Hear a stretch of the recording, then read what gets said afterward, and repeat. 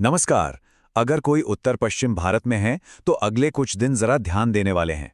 ऐसा लग रहा है कि मौसम एक बड़ी करवट लेने वाला है। एक बहुत ही शक्तिशाली मौसम प्रणाली सीधा हमारी ओर बढ़ रही है। तो चलिए आज इसी का विश्लेषण करते हैं कि आखिर ये है क्या, कब तक पहुंचेगी और हमें इससे क्या उम्मीद रखनी चाहिए। तो सवाल यह है कि आखिर हो क्या रहा है। देखिए, ये कोई आम सर्दियों की बारिश नहीं है। इसके पीछे ना एक बहुत ही खास वायुमंडलीय घटना काम कर रही है, और यही घटना अगले कुछ दिनों के लिए मौसम का पूरा मिजाज तय करने वाली है। चलिए इसको थोड़ा गहराई से समझते हैं।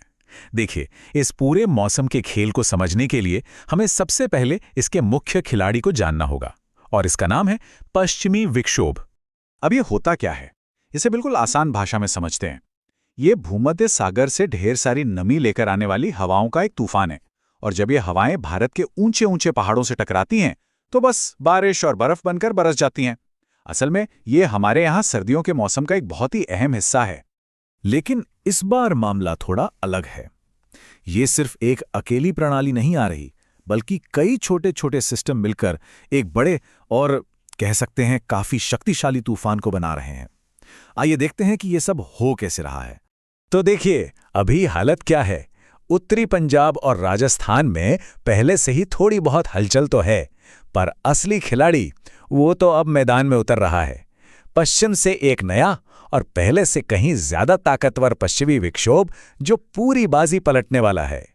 और ये तारीख इसे अच्छी तरह याद रखना जरूरी है, 21 जनवरी की रात। इसी समय एक तीव्र पश्चिमी विक्षोभ दस्तक देगा। यहाँ तीव्र शब्द पर ध्यान देना बहुत जरूरी है, क्योंकि यह साफ बताता है कि इसे हल्के में बिल्कुल नहीं लेना है। ये टाइमलाइन देखिए, ये पूरी कहानी खुद ब खुद बता रही है।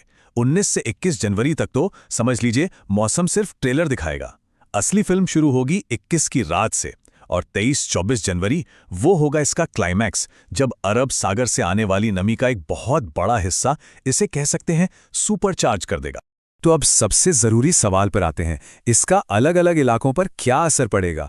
कहाँ बर्फ की चादर बिछेगी और कहाँ बारिश की झड़ी लगने वाली है, जिससे कि यात्रा में भी मुश्किलें आ सकती हैं। चलिए जानते हैं। 50 किलोमीटर प्रति घंटा ये सिर्फ एक रफ्तार नहीं है, ये एक चेतावनी है। आइए समझते हैं क्यों।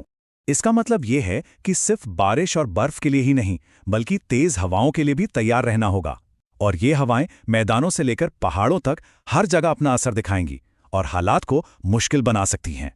चलिए अब इस टेबल पर एक नज़र डालते हैं। साफ दिख रहा है कि सबसे ज़्यादा असर कश्मीर और हिमाचल में दिखेगा, जहां 22 और 23 जनवरी को भारी बर्फबारी की चेतावनी है। पंजाब में भी अच्छी खासी बारिश होगी। हरियाणा, चंडीगढ़ और राजस्थान में हल्की बौछारें पड़ सकती हैं। वहीं उत्तर प्रदेश में 23 और 24 को बारिश का जोर ज्यादा रहने वाला है। लेकिन हाँ, अच्छी खबर यह है कि 25 तारीख से मौसम साफ होने लगेगा। और बात सिर्फ बारिश और बर्फ की नहीं है। हिमाचल और उत्तराखंड में बिजली भी कड़केगी।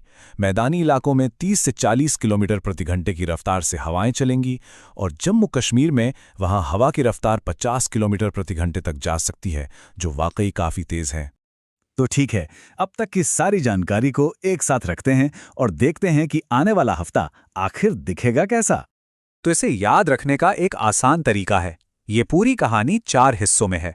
पहला चरण हल्की शुरुआत, दूसरा चरण 22 तारीख को मुख्य सिस्टम का आना, तीसरा 23 और 24 को इसका सबसे शक्तिशाली रूप, इसका पीक, और चौथा 25 तारीख से इसकी विदाई।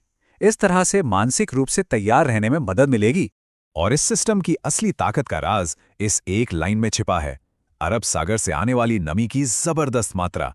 असल में ये नमी ही इस सिस्टम के लिए ईंधन का काम कर रही है और इसे इतना शक्तिशाली बना रही है। और आखिर में एक सवाल सोचने के लिए, जैसे जैसे हम मौसम के ऐसी बड़ी घटनाओं को बेहतर ढंग से रिकॉर्ड कर रहे हैं, समझ रहे हैं, तो आने वाले समय में हमारी पूर्वानुमान की तकनीक कितनी बेहतर हो सकती है। क्या कभी ऐसा हो पाएगा कि हम मौसम को पूरी सटीकता के साथ जान पाएं? इसी सवाल के साथ आज के लिए इतना ही।